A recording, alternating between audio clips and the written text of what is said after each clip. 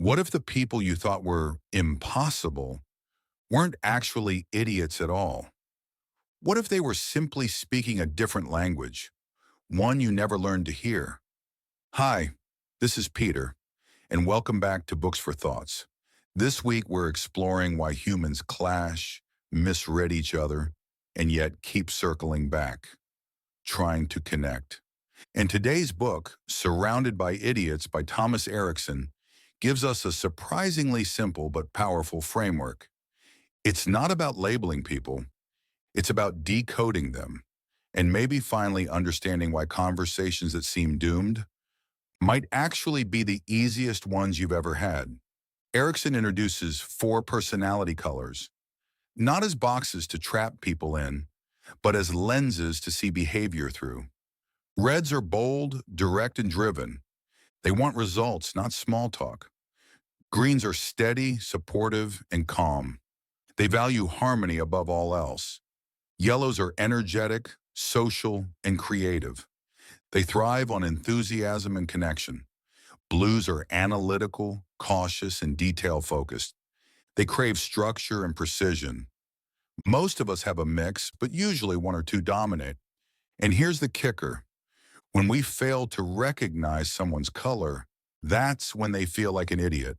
Imagine a red boss giving blunt instructions to a sensitive green employee. The boss thinks, I'm being efficient.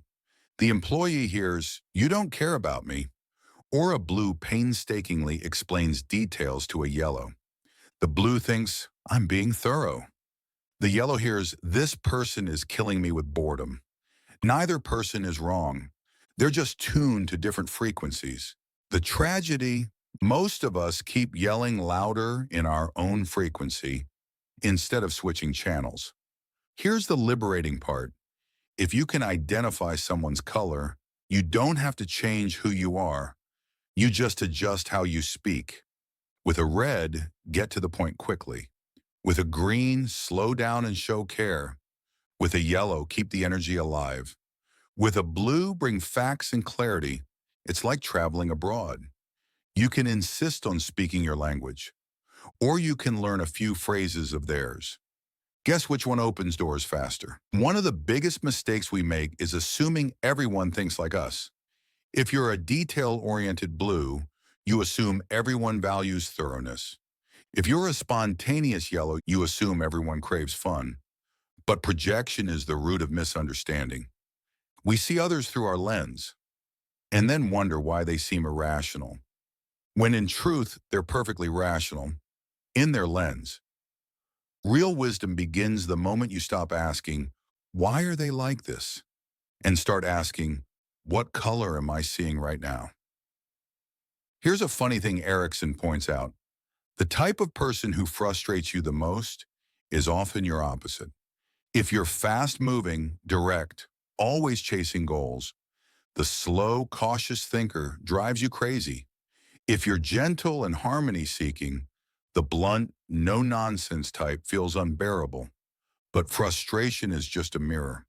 It shows us the parts of life we resist, the skills we haven't developed.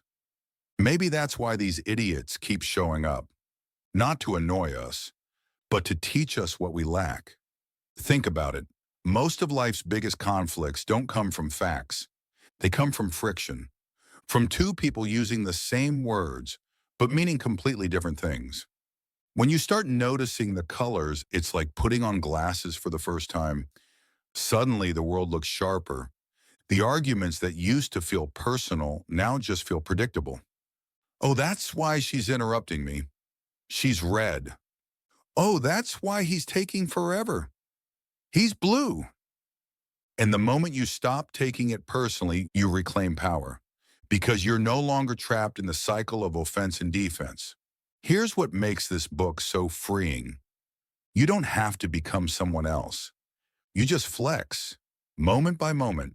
You stay you, but you expand. You learn to be direct without being rude. You learn to slow down without losing momentum. You learn to bring facts without killing the mood. Flexibility is not weakness, it's strength. It says, I can meet you where you are without losing who I am. That's the kind of power that diffuses tension, builds trust, and makes people say, I don't know why, but I just like talking to you. Now there's a trap here. The moment we hear about personality types, we want to label everyone. He's such a red. She's obviously yellow. But Erikson reminds us, people are more than colors. These are tools, not boxes. The point isn't to reduce people to a category. The point is to expand our understanding of them. It's not about putting people in cages. It's about giving them room to breathe. Think about your relationships right now. Your partner, your coworkers, your friends.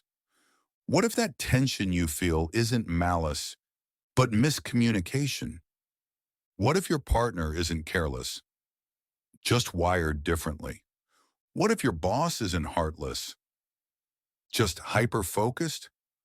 Seeing the colors softens judgment. It doesn't excuse bad behavior, but it does explain a lot of confusing behavior. And sometimes explanation is all you need to stop feeling attacked.